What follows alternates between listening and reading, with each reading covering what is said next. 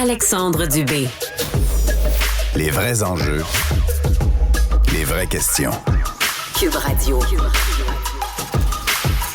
Les affaires publiques n'ont plus de secret pour lui. Il analyse l'actualité. Il sépare les faits des rumeurs. Il n'a qu'une seule parole, celle que vous entendez. Alexandre Dubé. Oui, mais ça n'a pas été long. Aussitôt déposé, aussitôt rejeté par le Front commun, cette quatrième proposition de la part du gouvernement du Québec et de la présidente du Conseil du Trésor, Sonia Lebel. Essentiellement, ce qui a été déposé sur la table, c'est une augmentation de 10,3 % sur 5 ans. On était à 9. Et un bonus de 3 % pour certaines catégories d'emplois. Très, très, très rapidement, et là, on parle pratiquement de minutes là, dans ce cas-ci, le Front commun est sorti avec notamment la présidente de la FTQ, Magali Picard, et voici la réaction. À quoi ils pensent? Comment ils peuvent être autant déconnectés? On avait de l'espoir, mais ce que je peux vous dire maintenant, c'est qu'on continue ce même régime, ce même ton d'arrogance et d'insultes. Nous sommes partis d'une offre de 9 % sur 5 ans à 10,3 %. L'élastique est à son maximum. On doit traiter les travailleurs de l'État avec respect. Pour avoir parlé avec Magali Picard dans les heures qui ont précédé le dépôt de cette quatrième offre, c'était très, très clair que la barre avait été fixée beaucoup plus haut que ça. Alors, d'arriver avec une augmentation d'à peu près 1,3 % comparativement à la dernière offre, je ne suis pas surpris du tout de ce refus de la partie syndicale. Une qui nous a semblé surprise, c'est Sonia Lebel, la présidente du Conseil du Trésor. Surprise, je dirais, de la rapidité de la réaction syndicale. Je suis très surprise de la rapidité avec laquelle on balaie du revers de la main près de 2 % d'augmentation. Je vais vous donner un exemple. Pour une infirmière bachelière qui travaille en urgence les fins de semaine, ça peut équivaloir à un salaire qui est près de 137 000 $ par année. Moi, quand on qualifie ça d'insultant, je me dis, depuis le début de cette négociation-là, les syndicats sont campés dans leurs demandes et n'avancent pas vers moi. Et là, tenez-vous-le pour dit, là, vous savez ce qui s'en vient, là.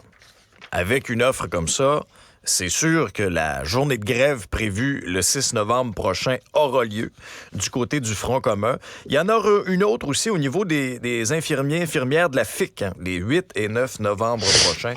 Puis là, c'est à se demander, est-ce qu'il y a un réel effort de négociation? Parce que là, Sonia Lebel dit, écoutez, là, c'est quand même 1 milliard de plus à la table de fonds publics, là, de l'argent des Québécois pour les syndicats.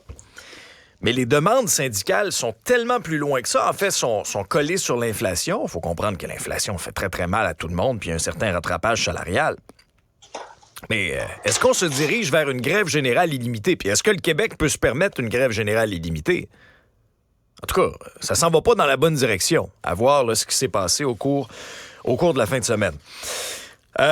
La pénurie de main-d'œuvre, ça a été un problème dans plusieurs secteurs d'activité au Québec. Le journal nous apprend qu'une annonce est à venir et c'est intéressant parce qu'on va calquer un petit peu le modèle qui avait bien servi au niveau des préposés aux bénéficiaires. Souvenez-vous, là, dans le monde de la santé, à un moment donné, il manquait vraiment de préposés aux bénéficiaires. On avait mis sur pied une formation accélérée pour former 10 000 préposés aux bénéficiaires pendant la pandémie. Ben, on va calquer un petit peu ce modèle-là pour l'appliquer dans le domaine de la construction. Il y a aussi des gros problèmes dans le domaine de la construction. Là. Il manque, entre autres, là, des charpentiers menuisiers, des opérateurs de pelle, des opérateurs d'équipements lourds, des ferblantiers, des frigoristes. Alors, pour pallier à la pénurie de main-d'œuvre sur les chantiers, Québec qui lance une offensive. On vise à former 4 à 5 000 travailleurs de la construction. D'ici quand? D'ici l'été. Alors, on condense ça, là. Les intéressés auront jusqu'au 15 décembre pour s'inscrire à cette formation. Une formation qui sera même payée. Un cours accéléré payé 25 $ de l'heure. Ça représente 750 $ par semaine. Alors, une formation de 4 à 6 mois qui va commencer dès janvier pour ces 5 métiers de la construction. Point de presse à surveiller du ministre Jean Boulet, Bernard Drainville, Le premier ministre va annoncer les détails de ce point de presse, lors de ce point de presse. Mais c'est intéressant. Moi, je salue cette initiative-là parce que ça avait très bien fonctionné au niveau des préposés aux bénéficiaires et je pense qu'il faut être de plus en plus agile pour pallier un peu à la pénurie de main-d'œuvre dans plusieurs des secteurs. Et l'industrie de la construction, ça fait longtemps qu'on l'entend, là. On sait à quel point cette industrie-là a été pleinement touchée. Et si on veut aussi stimuler l'économie, bien, il faut qu'il y ait de la main-d'œuvre pour pouvoir bâtir, pour pouvoir construire et faire les travaux. La presse nous confirme ce qu'on appréhendait ce matin, c'est-à-dire une année extrêmement difficile pour nos travailleurs, pour nos producteurs agricoles. Pourquoi? Bien, les pluies torrentielles. En juillet, là, il y a tellement plu. Si on regarde les chiffres à l'échelle québécoise, là, ce sont des précipitations records là, qui sont tombées. C'est le mois de juillet le plus pluvieux selon Environnement Canada. 212 mm de pluie à Montréal. En juillet, ça c'est juste Montréal. On a fracassé un record de 1980.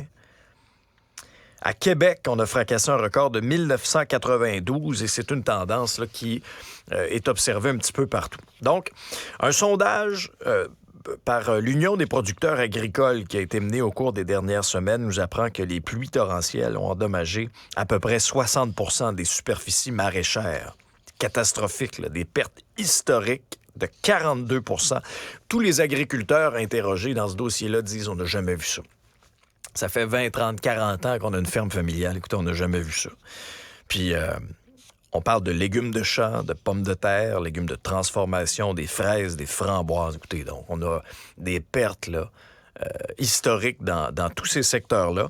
Et là, ben, les agriculteurs demandent une intervention du ministre André Lamontagne, ministre responsable de l'Agriculture, des Pêcheries et de l'Alimentation dans ce dossier-là. Parce que l'heure est très, très grave. Et ce sont des réclamations qui sont très élevées.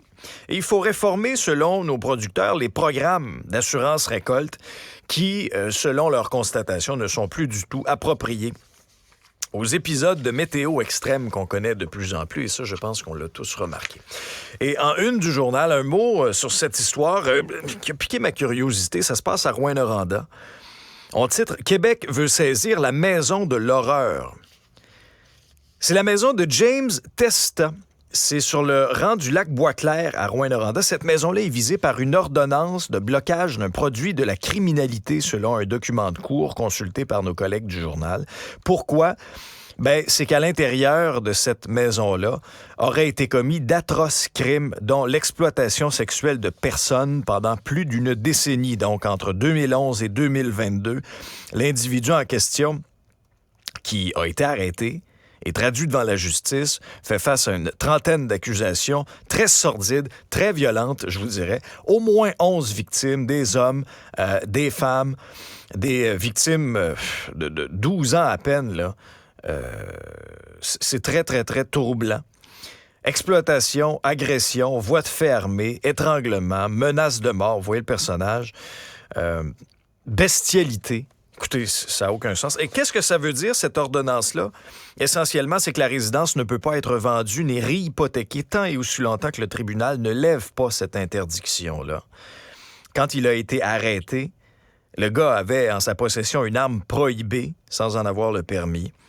Un taser gun, donc un pistolet à impulsion électrique. Alors, il est détenu pendant la durée de toutes les procédures judiciaires. Il reviendra d'ailleurs en cours au cours du mois de novembre. Mais c'est une nouvelle et une maison qui, visiblement, a une sordide histoire. Bienvenue à Cube Radio. Voici votre nouvelle